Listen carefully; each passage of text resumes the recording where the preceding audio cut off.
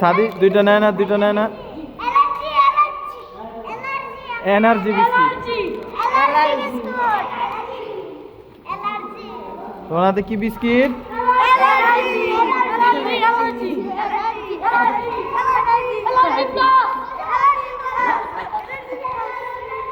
আমার মেনুতে যেটা দেওয়া আছে, খাবার মেনুতে দেওয়া আছে, আচ্ছা এনার্জি বিস্কিটে দেওয়া হয়েছে বাচ্চাদের। আলহামদুলিল্লাহ,